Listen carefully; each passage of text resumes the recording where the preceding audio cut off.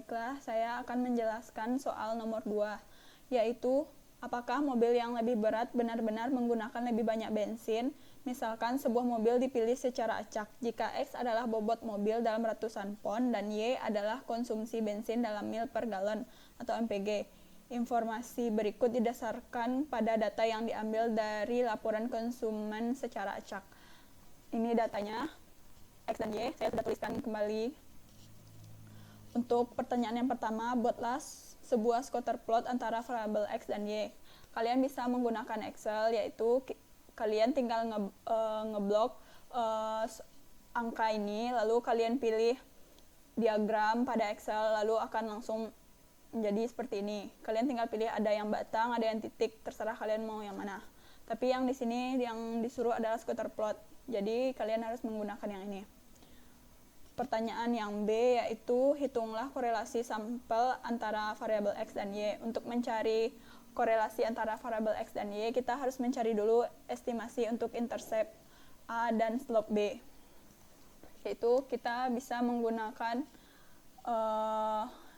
ini datanya, yaitu X sama dengan, kalian tinggal masukkan angka X sampai ke bawah, Y sampai datanya semuanya, lalu kita jumlahkan, yaitu cara menjumlahkannya pada Excel yaitu sama dengan sum, terus kalian tinggal tarik ini sampai ke bawah sampai angka 52, lalu enter. Pada Y juga diperlakukan sama. Untuk mencari X, Y, kalian bisa menggunakan Excel yaitu sama dengan X bintang Y, enter, terus kalian bisa tarik ke bawah. Untuk mencari X kuadrat, kalian juga bisa menggunakan sama dengan, terus kalian klik angka 27 lalu dipangkatkan 2, terus kalian bisa tarik juga ke bawah. Untuk mencari Y rata-rata, yaitu kalian bisa menggunakan Excel juga. Yang pertama kalian tulis sama dengan, terus kalian pilih average, terus kalian blok ini semua, lalu enter. Tapi jangan lupa mengkuncinya, yaitu dengan cara Fn plus F4 lalu drag ke bawah. Untuk mencari Y estimasi, kita perlu mencari intercept dan slope. Yang pertama itu kita harus mencari slope dulu, yaitu rumusnya N sigma XI kali YI dikurang sigma XI dikali sigma YI per nilai N sigma XI kuadrat dikurang sigma XI kuadrat, yaitu N-nya ada 8, sigma XI-nya 5.814 dikurang 299, kalian bisa lihat angkanya di sini, lalu mendapatkan nilai yaitu minus 0,6007. Nah, selanjutnya kita mencari interceptnya. Interceptnya yaitu sigma YI dikurang B sigma XI per N. Sigma YI yaitu 167 dikurang B-nya 0,6007 dikali 299. Ini sebenarnya minus kali minus adalah plus. Saya lupa untuk menjadikannya ini plus, tapi ini adalah sebenarnya plus. Jawabannya yaitu 43,326. Untuk mencari Y estimasi, kita menggunakan A, rumusnya yaitu A ditambah BX. Jadi kalian bisa langsung bikin angka sama dengan A-nya adalah 43,326 ditambah B-nya ini dikali X. Kalian tinggal bisa ngeklik ini, terus kalian kebawahin, drag ke bawah.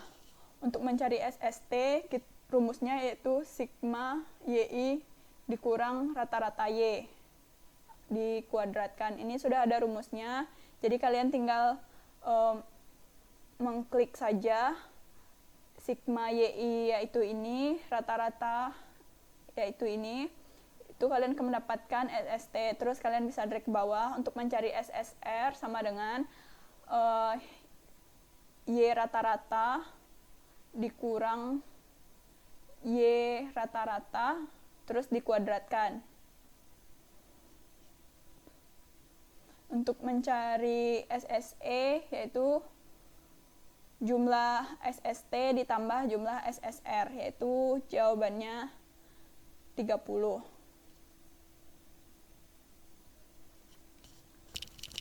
Soal yang sebenarnya yang ini adalah soal yang C. Lalu kita beralih ke soal yang B, korelasi antara variabel X dan Y, yaitu rumusnya R akar R kuadrat sama dengan akar SSR per SST. Kalian bisa melihat jawabannya SST jumlahnya ini, bagi ini adalah 0,946. Pertanyaan yang D, yaitu apakah hipotesis 0 yang menyatakan tidak ada pengaruh X terhadap Y akan ditolak pada taraf nyata 5%.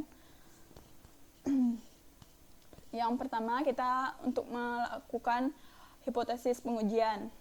H0 itu sama dengan koefisien regresi tidak signifikan, yaitu adalah pertanyaannya. Untuk mencari H0 itu kita bisa melihat pertanyaannya. Apakah hipotesis 0 menyatakan tidak ada pengaruh X terhadap Y akan ditolak pada taraf nyata. Jadi kita bikin H0-nya itu koefisien regresi tidak signifikan, karena soalnya di sini apakah hipotesis 0 yang menyatakan tidak ada pengaruh. H1 ini kebalikan dari H0. Yang kedua itu statistik uji F. Untuk mencarinya kalian bisa melihat di tabelnya itu. Jadi saya tidak melampirkan tabelnya, tapi kalian bisa melihat cara melihat tabelnya itu. Tapi kalian juga bisa melihatnya di YouTube, yang lain cara melihatnya, tapi saya akan menjelaskan juga di sini. F1 kalian bisa melihat 1, F2-nya adalah 6. Kalian bisa lihat di taraf nyatanya itu 5%, yaitu 5,99. Untuk perhitungan statistik uji ANOVA-nya, kalian bisa lihat di sini sumber variansi, sum square, degree of freedom, mean square, F hitung.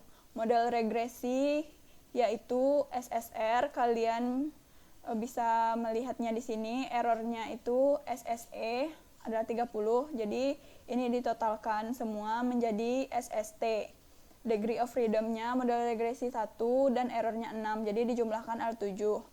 Mean square-nya itu sama dengan 256,88 dan errornya 4,99, jadi F hitungnya 51,376. Kesimpulannya adalah karena FH 51,376 lebih besar dari F taraf nyata, yaitu sama dengan 5,99, maka tolak H0. Terbukti bahwa koefisien regresi tidak sama dengan 0 atau beta tidak sama dengan 0, sehingga model Y 43,326 dikurang 0,6007X adalah signifikansi terbukti secara statistik. Untuk pertanyaan yang E adalah tentukan proporsi variasi pada variabel Y dapat dijelaskan pada garis regresi yang dibangun, yaitu R kuadrat SSR per SST. Nilainya yaitu 0,895, yang artinya di sini ada perbedaan atau perubahan nilai variabel Y yang terjadi pada sistem nyata 59,5%. Ini dapat dijelaskan oleh perbedaan variabel X. Sisanya sebesar 10,5% tidak diketahui dan menjadi acuan untuk diteliti kembali.